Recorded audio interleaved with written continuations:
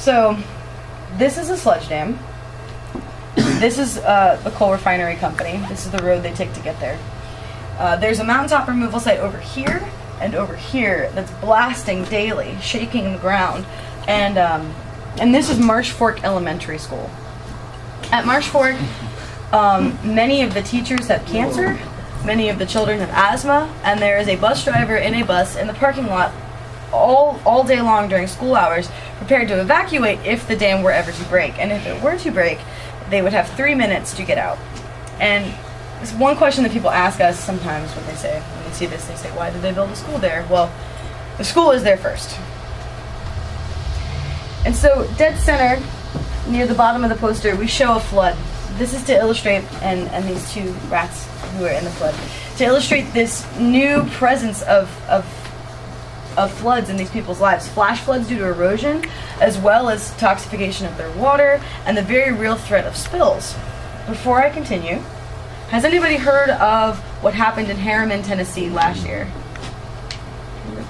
Would anybody like to explain it to me at all? Could you give us some background? Just that, from what I understand, the dam gave way, and basically there was so much sludge that took out people's houses and trailers for miles around, and have really,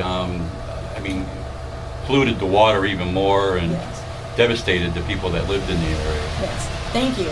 That's a lot of it, and there's some other stuff that I didn't even know so recently, but it was 100 times larger than the Exxon Valdez spill. It is the largest pollution-related disaster that's happened in American history. For years, well, I'm going to take you back a second. What spilled was fly ash. Does anyone know what fly ash is? I will tell you. Fly ash is all of the stuff left after burning the coal. The ash that has all of the heaviest metals that don't burn off. Mercury, arsenic, uranium, arsenic, selenium. Yeah. Terrible things. And to keep the ash from flying away, they just put it in these ponds full of water. And they just build these levees around these ponds and let it sit. And for years, these levees in Harriman, Tennessee had been leaking. But the Tennessee Valley Authority didn't do anything about it. And a couple days before Christmas last year, they broke. And like you said, many people's homes were destroyed. Luckily, it was a rural area, so not too many people were affected. But 2 rivers that are draining currently to the Mississippi were completely polluted. And the TVA is not doing anything about it other than covering it up. It's not surprising how many of you haven't heard about it, because they're doing a really good job. There wasn't a news story about it for up to at least 3 days after. And even then, it was just a blip. You didn't explain the picture. Oh, I didn't explain the picture. This is the most important part. Alright. This looks like a beach, but this is not a beach. These rockish looking items are the sludge. And this is the water they lived in. This right here is what Tennessee is supposed to look like. This is someone's house. So, they blow up the mountain, they take all the coal, they make a bunch of toxic sludge and put it everywhere, and then what are they supposed to do when they are done taking all they can? They are required by law to restore the mountain to its approximate original contour. This, legally speaking, means about half as tall as it used to be. So they take all the rocks that they blew up, and they sort of pat it into a mountain shape, and then of course to reclaim it and make it as good as it used to be, they must make it green again. So they spray it with this stuff called hydroseed. Hydroseed, from what we understand and what we've been told, will make grass grow on your car. This is, in our opinion, this is hardly a replacement for millions of years of forest. I should move this bit. Oh, there we go. Now, what the coal companies are saying about all of this reclaimed land is, well, it's really great because you guys had a shortage of flat land. And now we have tons of flat land conveniently available for you to have new Walmarts installed, which are pushing out small businesses. They also have lots of room for new private prisons where all these old coal miners who now need jobs can be security guards. We show the prison is also knocking a school off of the mountaintop removal site. This is to talk about Marsh Fork, but it's also to talk about what's going on to encourage people to leave. Because it is easier for the coal companies to do what they do when there's less people who live there and less people to speak out. So in many of the counties in West Virginia, there's only one high school left. So, like we said, we're moving in the spiral. We want to take a step back and look at history a little bit and see how all of this stuff got established, how mountaintop removal began, and look at the history of coal mining. Started, one of the major things in the very beginning was the broad form deed. The broad form deed was it established that people had surface rights and mineral rights. Surface rights mean that you own everything from here up. And if someone once upon a time came along and bought your mineral rights, even though you didn't ever think that mining would be more than just digging underground, they paid a lot of these people like 25 cents per acre. And mineral rights trumps surface rights. So if a coal company comes along and says, we have the mineral rights to your land, and we're going to do mountaintop removal, get out. So in Kentucky, folks were still battling against the broad form deed up until the 1980s.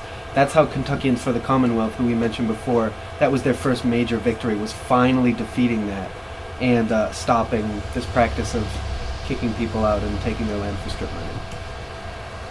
So we show right here a picture of a coal mining town. Does anybody know how these work that would like to tell me about? No, that's cool. So I don't know if this is easier to see here, but I'm going to point over here. So here we've got the boss's house, and it's really nice looking, and attached to it is the company store and the church, which were both also owned by the boss. And attached to the boss's house with these $ chains are the homes that the miners themselves lived in. Now, miners a lot of times were paid in this thing called company script. Not even US dollars. Company script was only available to be sold at the company store, which meant the company store could charge whatever they wanted. Now, the miners had to pay rent, so they got paid this company script, and in script they had to pay back their rent for their clothes, for their tools, for their food, for everything that they had, until it got to a point where a lot of times, no matter how hard you worked, at the end of the week you were more and more in debt. Yeah. Much like how private prisons are working. Yeah. I read a book by a guy named Irving Stone, and he was writing about Clarence Darrow. It's called, I think it's for the defense, but it was like a history lesson. It's talking about Clarence Darrow, one of the greatest lawyers. He really was like an anarchist, but he was a lawyer.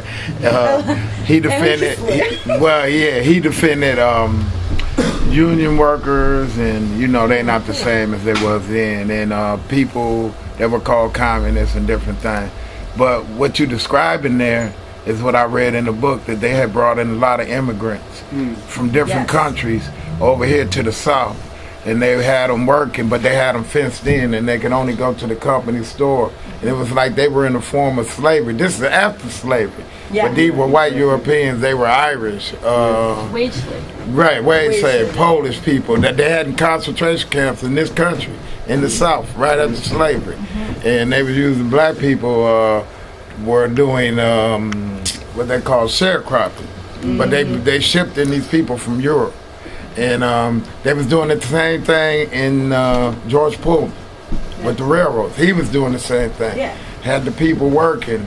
People was getting killed doing these jobs. The families was getting nothing. If the wage earner died, then the family was kicked out, and the family was still in debt to the company. And this was going on all across the country, not just there the way it's described. But I never knew that. But it was described in those terms like this is this kind of slavery that was going on. That, you know, most people, we don't know our history. We don't read. Like a lot of black people say, well, we're only people in slavery in this country. But if you really read, it's a lot of things Americans don't know about their own history. And that's why people so easily vote against their best interests when they get involved in politics. When people say it's states' rights to do this, you just got finished talking about the state right of that, what, Kentucky? And they probably was hollering that when they was arguing against people having their right on their own land. Well, it's the state's right to do this, you know, but a lot of people argue against their own history because they don't even know their history. Thank you very much. That's I'm really glad you brought that up. Another thing is that you can tell the story about the 37. Okay, thanks. So another thing that we talking about, what you talk about, is we went to a museum of a coal mining museum, and we saw a sign, a danger sign that went in front of the entrance to the mine in 37 different languages. They would bring people in that couldn't talk to each other, which made it harder for them to mobilize, which made it harder for unions to form, which is exactly a lot of what we talk about. Thank you very much for sharing. And okay, cool. So, can you go back? Actually, this is what he's talking about too. Oh yeah, I know. I just wanted to mention one thing from the previous slide real quick. Also, I just wanted to point out that we've got this train pulling coal away from the mining towns. A lot of the coal that was mined here wasn't even for the people who lived in the local area. It was shipped away, which is something that's still happening today.